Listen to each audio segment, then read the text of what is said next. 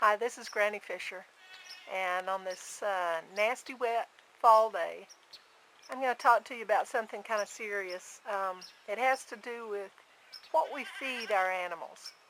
I have a chicken tractor in my backyard with 12 hens in it, and I've been feeding them primarily laying pellets, sometimes from Tractor Supply, sometimes from the local farmers co-op.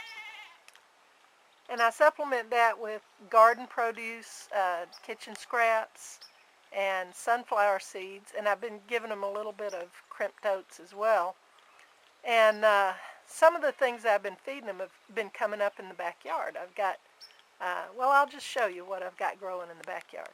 Okay, these are sunflowers.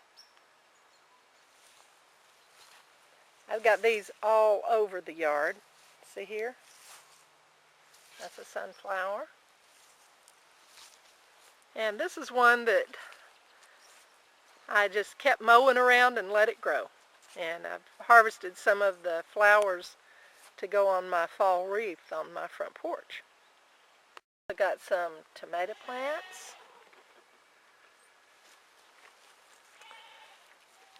some little bean plants coming up. And here's the source of all those little plants coming up in my backyard.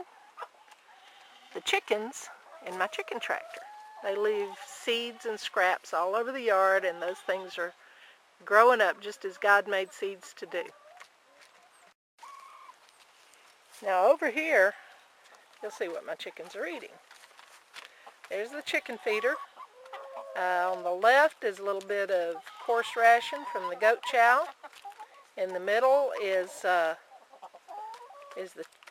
laying pellets that I feed my hens.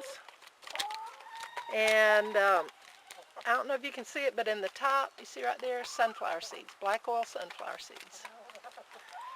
And when my chickens went through a molt recently, they kind of went off their feet a little bit, and they wouldn't eat the laying pellets. Here's what they leave behind when they don't eat the laying pellets. And you can see the rain has kind of mushed it all up. Well, about 2 weeks ago, they were parked in a different location. As we go past this pretty sunflower right there, there's a spot on the grass over here where the chicken tractor was parked. You see right there, there's a little grassy spot in the middle where the feeder hung, and around it there was a lot of laying pellets spilled in the grass. Now this was 2 weeks ago. Do you see what's happened?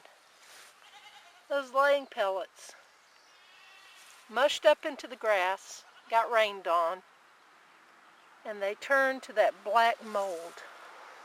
I don't know if it's what you would technically call black mold, but it's black and it looks kind of moldy.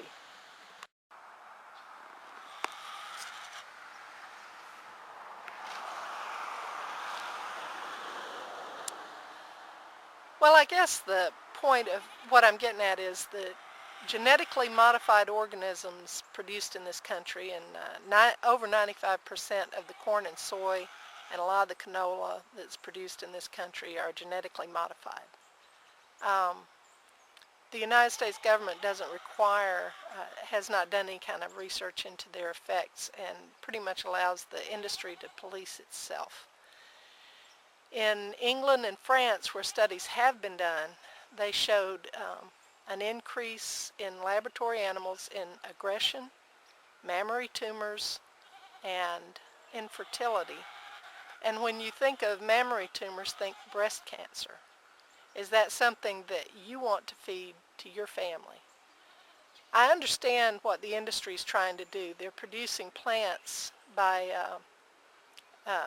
modifying their genetic makeup in the laboratory to include other species so that they can spray them with Roundup as much as they want, poison the plants that are not genetically modified, and the corn and soy would survive. But some of the ingredients in the Roundup are the same ingredients that were in Agent Orange that the United States sprayed in Vietnam back during the Vietnam War. So you've got a double whammy there of the poisons in the Roundup and the genetically modified organisms, which have been shown to create increased aggression, infertility, and mammary tumors.